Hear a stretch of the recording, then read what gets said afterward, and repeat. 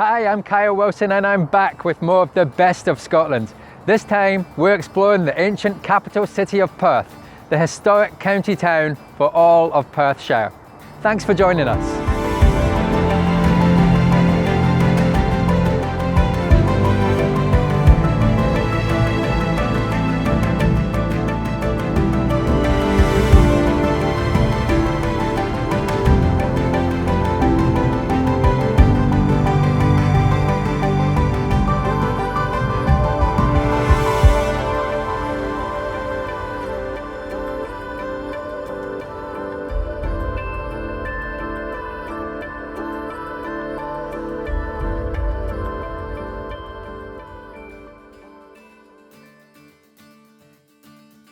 Perth was once known as the ancient capital city of the Kingdom of Alba, from which all of modern Scotland originated.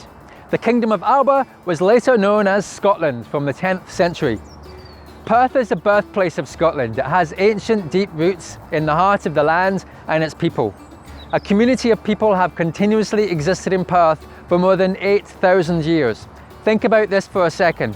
Before Jesus, before Buddha, before the Roman Empire, before the great pyramids of Egypt, before all of written history, the ancient Gaelic tribes fished, hunted and lived in Perth.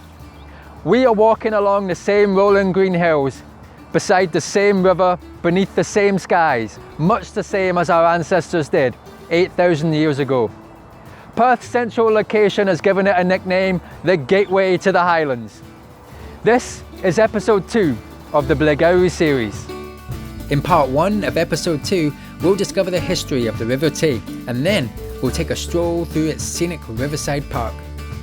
In part 2, we'll explore this modern city, wander through art-filled vennels, taste locally sourced Perthshire foods, marvel at displays inside one of the UK's oldest museums, and finally, we'll travel through a vast woodland park which covers thousands of acres and is known throughout the UK as Big Tree Country.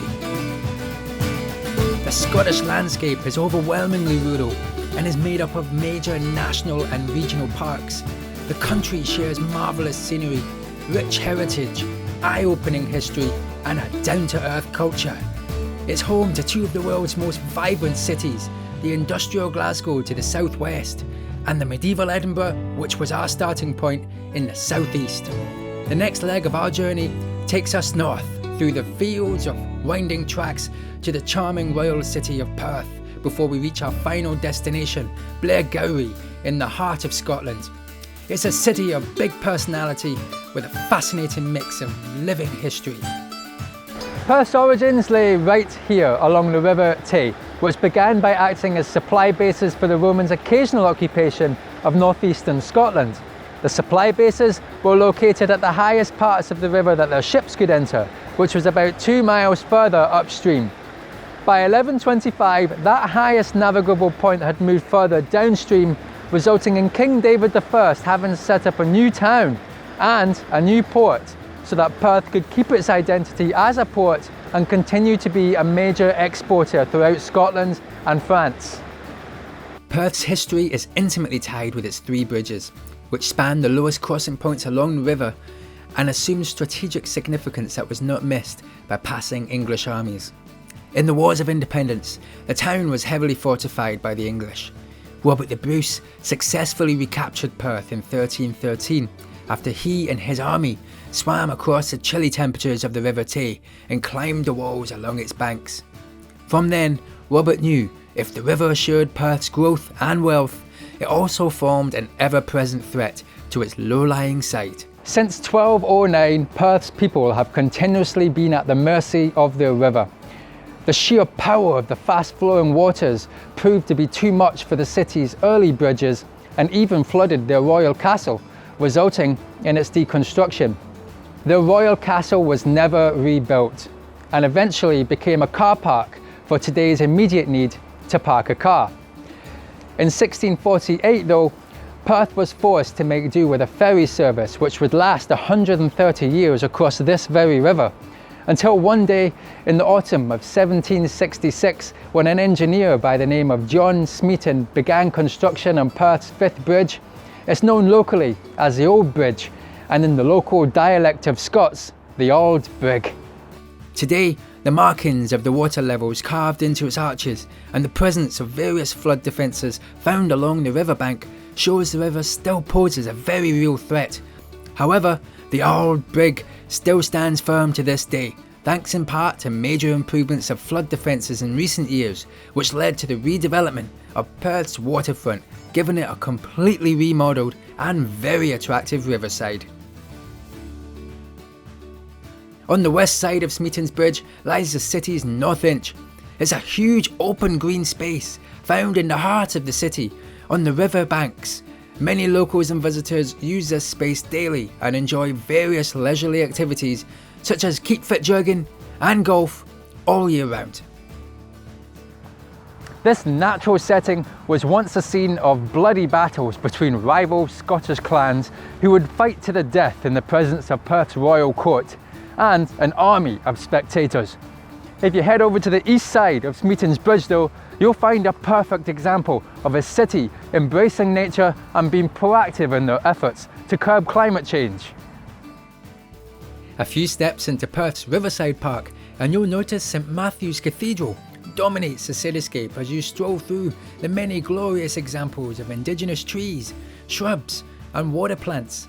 It's January right now, but from spring through to autumn, foodies will find the park brimming with nature's larder, wild garlic down by the river, elderflowers hanging in thick bunches from the trees, and pale pink wild rose petals just waiting to be steeped in a cocktail. A little further along the park and you'll find the manicured lawns and carefully tended beds of Rodney Gardens. These public gardens are open all year round and are free for you to enjoy. A popular part of the park is its public art trail, which features a variety of sculptures from various local and international artists and is themed around some of the most notable achievements of some of Perthshire's great pioneers. Born in the north of Scotland, in Ballater, Patrick Geddes was known for his innovative thinking in town planning. He moved to Perth with his family in 1857 where he grew up. He later sought a new mode of planning. In 1886, Geddes purchased a row of slum tenement buildings in Edinburgh. He turned them into single dwellings, widening the narrow closes into courtyards, thus improving sunlight and airflow. He believed that this approach to housing was much more economical and humane. His work in improving the Edinburgh slums took him as far overseas as India to advise on urban planning issues. Think global, act local was one of his mantras. From Geddes' perspective, it's always been our purpose to find an equilibrium among people and the environment. To remain evergreen, he emphasises the need for people to appreciate themselves and their place before looking beyond to other people, cultures and places. The Arbor Secularum sculpture is erected in the centre of this riverside park, inside Rodney Gardens in his honour, and sits peacefully overlooking the River Tay. So now that we're up to speed with the local history and how this city came to be, I think it's time we take a stroll into the city centre to find out what there is to see, do and eat here. The city has attractive street art.